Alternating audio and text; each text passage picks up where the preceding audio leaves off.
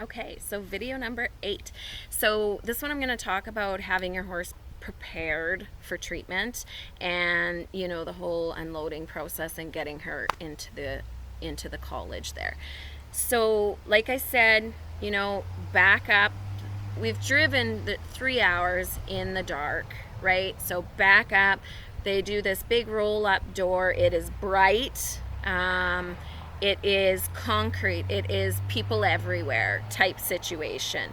So this is one really important reason why you need to have your horses prepared to accept treatment. So when I went back to the trailer, hoping that she was still standing and upright, again, she popped her little nose out of that little hole in the trailer or that little window in the trailer, and I was so thankful because I knew now I had gotten her to the best place possible. She was in good hands. There was nothing more I could do for that. So open the door, unload her. Bright, right? So you got to walk down this concrete hallway and then go into like this kind of, it's almost like a little padded room if I'm recalling correct, and then she needs to walk into a kind of a stall thing so that everybody can start to work on her.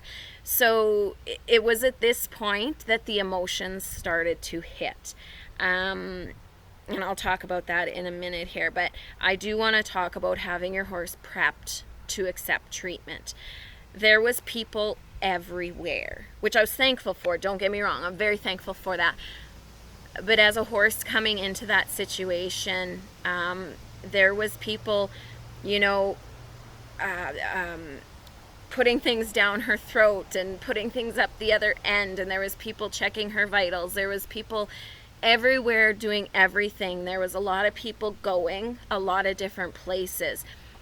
Fortunately, between the pain, yes, but Pearl has been in a lot of different situations like that. From traveling with her, you get you take them into new arenas and they got to go into stalls, and there's a lot of commotion going around a lot of the time. But it's they were able to touch her everywhere. And believe me, they did. They touched her absolutely everywhere. So you want your horses to be able to do that. So take that time, when you're catching your horses to go for a ride, just take that time. When you brush them, touch them all over and help them be prepared for the unthinkable. So it was at this point, like I said, that the emotions started to play into this because I think reality hit as to where I was, what was going on, and the decisions that were going to be ahead of me, and I didn't like it. So when you're in this type of situation, you are doing yourself, your animal, the veterinarians, the vet techs, you are doing no one any favors by losing your mind.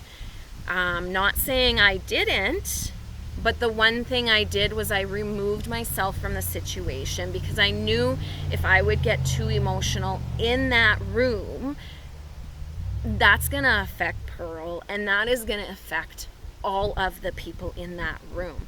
So it was at this point I knew I couldn't do anything for her at that moment. She was in the best hands possible.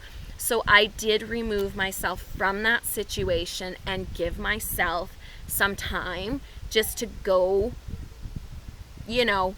have a little freak out of my own, because I think everyone needs to do that. You need to release all of that built up negative, scary energy.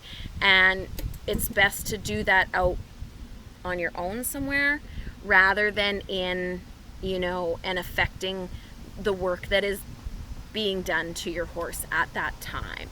So this is really when the emotions started to hit me.